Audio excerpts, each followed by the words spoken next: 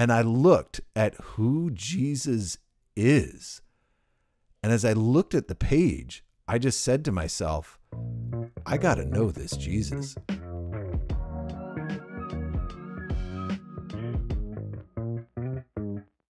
Welcome to Teach Through the Word, the podcast for Bible teachers. We're back in the book of Colossians for part 3.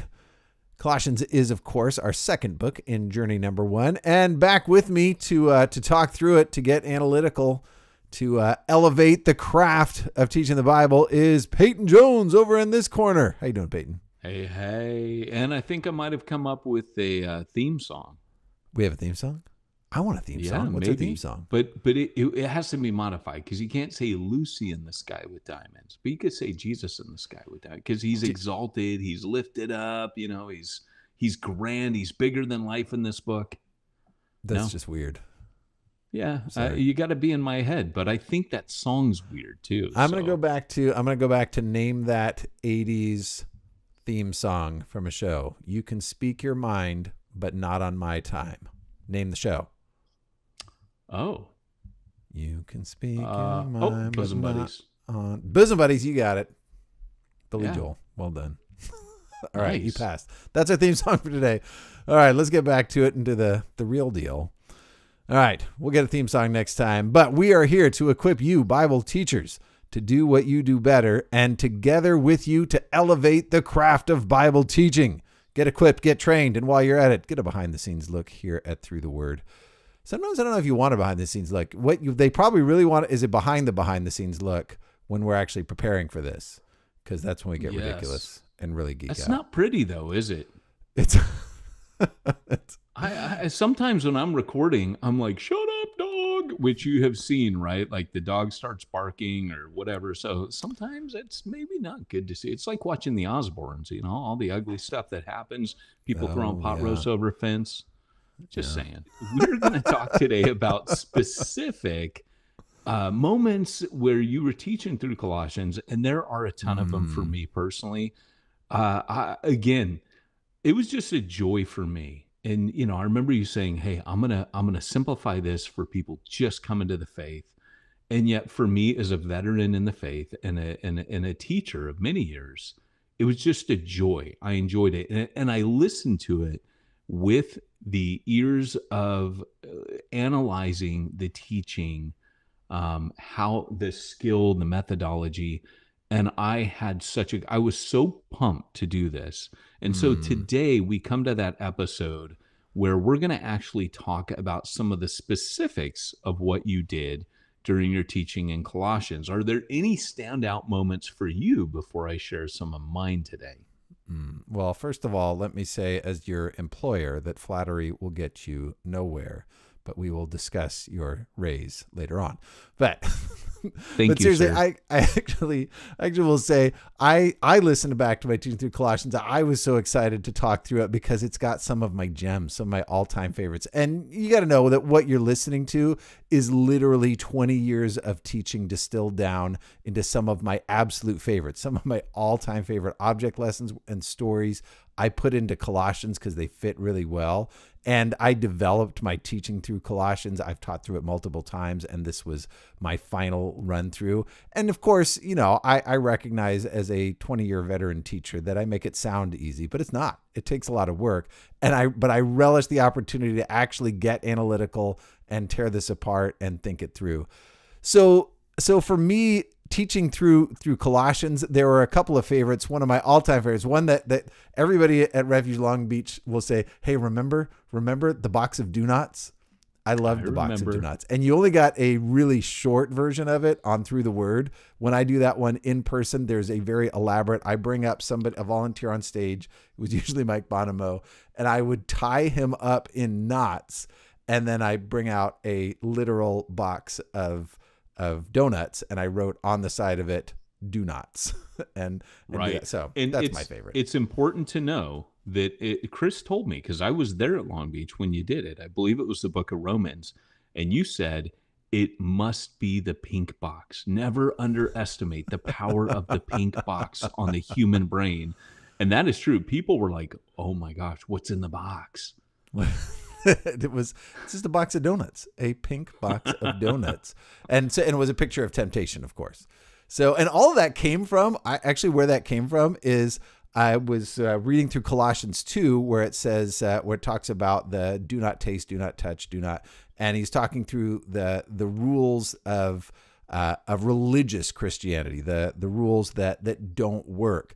And I just came up with the phrase, life is not a box of do nots. And I was like, ooh, I like that phrase. And I wrote it down. I was going to include it in my study. And always when I'm teaching, there's always this moment for me where I say, ooh, this is a good way to put that. Could I do an object lesson? I always ask myself that question because I love object lessons. They don't just come to me. I ask the question, how could I do this as an object lesson? I was like, box of do-nots. What if I got a box of donuts? So I went I stopped at the donut store. No, there was already one. We always serve donuts. So I just grabbed it and I got a marker and I wrote do-nots on it. And from there, it just developed into a whole elaborate message to teach, and it worked. So that was my favorite. You know, one of the ones that I really liked, and I've heard you tell this story as well, but it was about your commute from, I think it was Orange County down to San Diego County to go. It was from my home in San Diego. I was in central San Diego, University City, and I had a 20-minute drive every day to Rancho Bernardo in my little red Sentra, which was a cheap car at the time. I paid $4,500 for a 2-year-old car, and I put more than 200,000 miles on that sucker because I went back and forth to Rancho Bernardo twice a day, and I didn't even work there. My school was right next to home. My work was right next to home, but I drove there twice a day because there was a girl, and I drove to see her 2 times every day. And what I loved about it, and you can connect it to the passage and tell us a little bit more, but what I loved was the way that you told it where, you know, for me, if I were telling this thing, I'd be like, you know, back when I was dating Andrea, you know, but you saved that for the end. Like you put a little bit more effort, mystique into it. And then at the end, you come back and said, oh, by the way, I did marry that girl. Yeah. So this is one of my all-time favorite personal stories to teach. So I chose very carefully where to put it because I love this one. So I put it with Colossians chapter 3, verse 2. It's where Paul says, set your mind on things above. And so in the teaching context, the set your mind on things above, I wanted to really unpack the power of setting your mind above. Just like Jesus says, store your treasures in heaven, for where your treasure is, there your heart will be also. So Paul says both set your mind above and set your heart above. And I wanted to figure out, I wanted to convey what that means. And so this story snapped to me, and I call it my traffic story, because I would drive twice a day back and forth to Rancho Bernardo. And one of the ways was always traffic because I was going before and after work, and I was going to see my wife, but she wasn't my wife then. And so I chose to save that element for the end of the story because I wanted to put you in the car, put my listener in the passenger seat as I was driving. I didn't have air conditioning. I didn't have power windows. And when I tell it in person, I always do the hand crank. So I'm rolling down my window, and I literally remember cranking up my cassette deck, playing Rod Stewart, listening at the end, because I was a rock and roller at the end of the 80s. No, it was early 90s for me, but I was playing my classic rock. And I remember looking around at everybody around me, miserable in afternoon traffic, and I didn't care a bit about the traffic. Right. I knew what I was getting into. I didn't like get, surprise, it's traffic. I went at 5 o'clock every single day. Why was I so happy? Because I knew where I was going. Because my heart was there. My heart was there with, I was crazy in love. We were pretty young. We were teenagers at the time, and we were dumb, young, and in love, but it changed the journey for me. And I remember the first time I made that connection between that verse and this, I'm like, ooh, that'll preach. This will work well. Yeah. So when I tell it, I don't want to give away the ending. So I want to put them in there with me as a teenage kid who just got the keys to a beat up old car, who's driving to see a pretty girl, and for no purpose other than just hanging out and walking around the mall, because that's what you did in the 90s. But my heart was there, and it changed the journey. I wanted to put them with me and then relate it to our journey going to heaven. Set your heart on things above.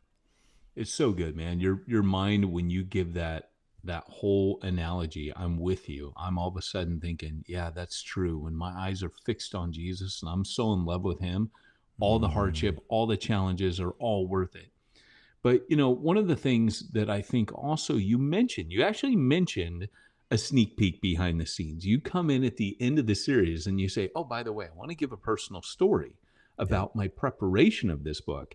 And I thought that was really unique because you don't often do that, and come in. There's times you'll say, hey, by the way, when I was preparing, but you really kind of talked about how Jesus jumped off the page when you described the blue highlights. Tell us a little bit about the blue highlights are. What technique is that, and how should teachers learn to use that to break open a book?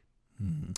It's actually, I said highlighter because I was trying to make it concise, but the reality is I use colored pencils. So when I sit down to study the word, and this kind of sneaks into our teaching hacks for tomorrow, but when I sit down to study, I print my own text of the Bible, whatever translation I'm going to be teaching from, and I space it out in a very particular way. I've got a lot of room for notes in there, and there's on the left side, I'm going to put my summary notes. On the right side, I'm going to put my like insight notes, and on the opposite page, I put my teaching notes. I got a place for all that.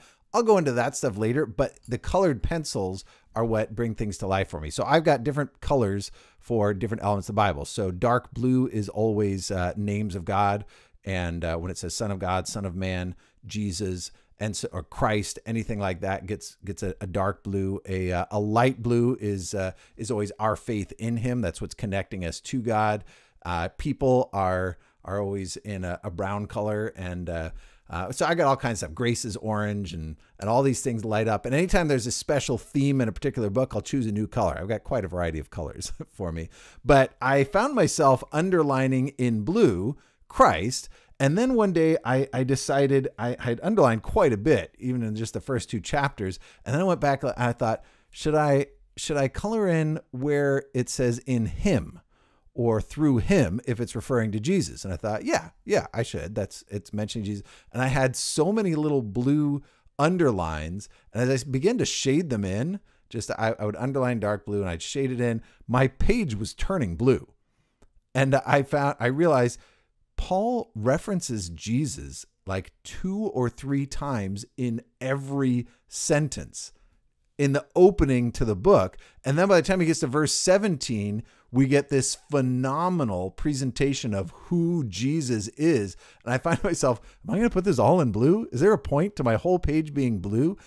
And I stepped back for a moment and I looked at who Jesus is. And as I looked at the page, I just said to myself, I got to know this Jesus. And I wrote my self notes and I kind of sectioned it off like, this isn't for teaching. This is for me. I need to know Jesus. And it spoke to me. I made the decision to share that story, to teach it. Even though I wrote to myself, this is not for teaching, I decided to teach it because that was so personal to me. Yeah. And I wanted to make it personal for my listener. And I chose it for the final story in the book of Colossians, at the end of Colossians 4, because that was really for me personally how it was when I was finishing the book that it really just solidified for me. I just wanted to share that experience. And I wanted to, because Colossians is a personal letter from Paul's heart to the listener, I wanted it to be a personal letter for me. So I shared my story. And I didn't spend a ton of time on it. It wasn't the main thing I taught, but it personalized the teaching for me.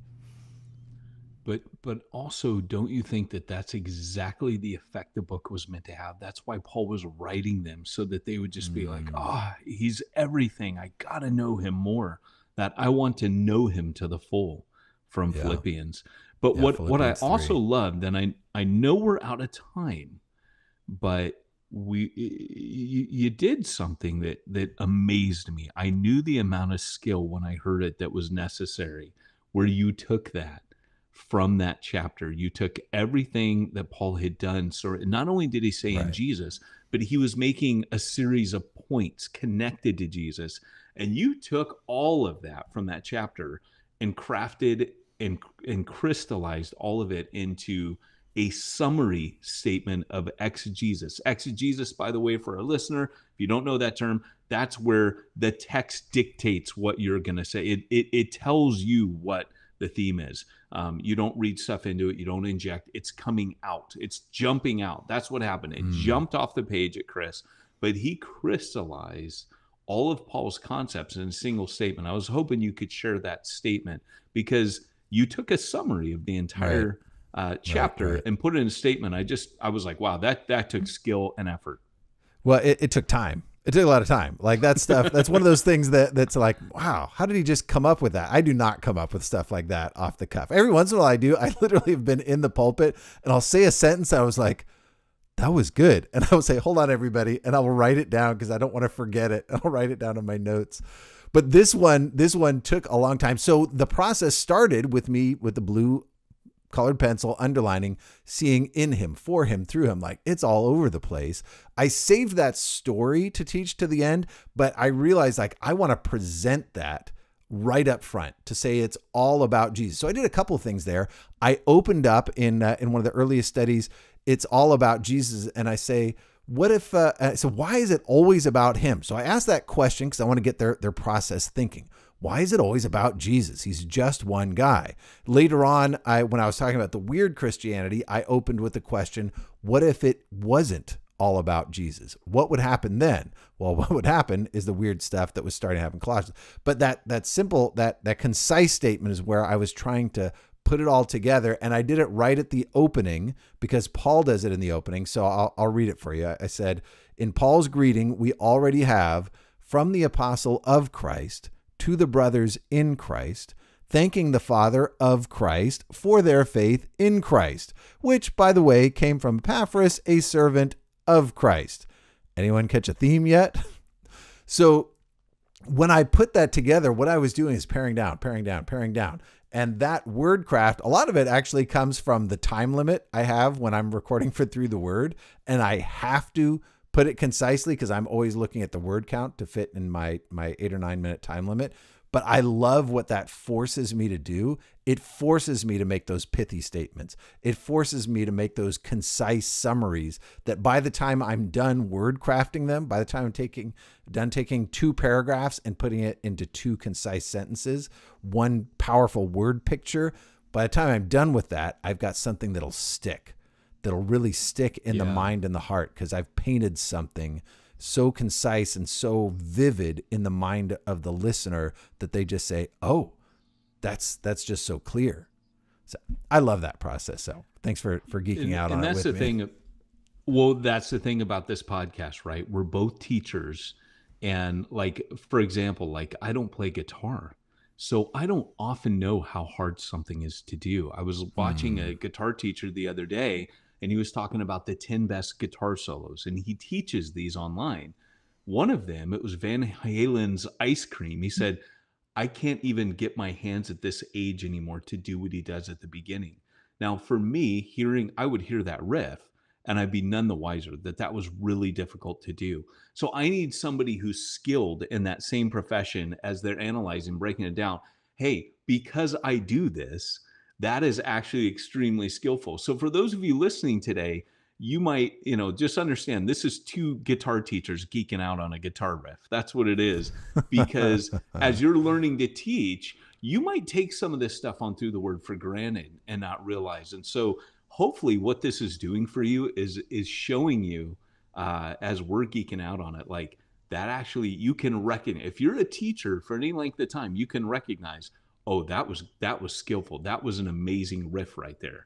So, hey, as you become the rock god face melting guitar soloist that we hope you'll be in the Word of God, you will recognize that, and you're going to do some epic things of your own, there, listener. So we're out of time, absolutely, because and we're feel free out. to steal mine. Anybody, if you're teaching, if you want to steal any of my stuff, just don't tell it like it's you. Don't talk about my story of going to see my wife. That I would take offense. But you can retell my story. But what we really want to do with this is teach you how to come up with your own. So we're going to make that assignment on our day 5. So you can look forward to that on day 5. We're going to assign you and help you come up with your own. But for now, of course, you're always welcome to to steal mine. But we got to close it out. That'll do it for part 3 of Colossians. Thanks for joining us for Teach Through the Word, the podcast for Bible teachers. Tomorrow, we're going to jump into part 4 in Colossians, and we will get some of the hacks and tricks of how you break open for yourself the book of Colossians and how you break it open for those that you're teaching. Each week here at Teach Through the Word, we bring you one Bible book or one teaching essential or one guest teacher interview as we equip you, Bible teacher, to do what you do better and together with you to elevate the craft of Bible teaching. Peyton Jones, thanks so much. Jonathan, we miss you once again. Great work as always, even when you're not here. We'll see you all back here next time.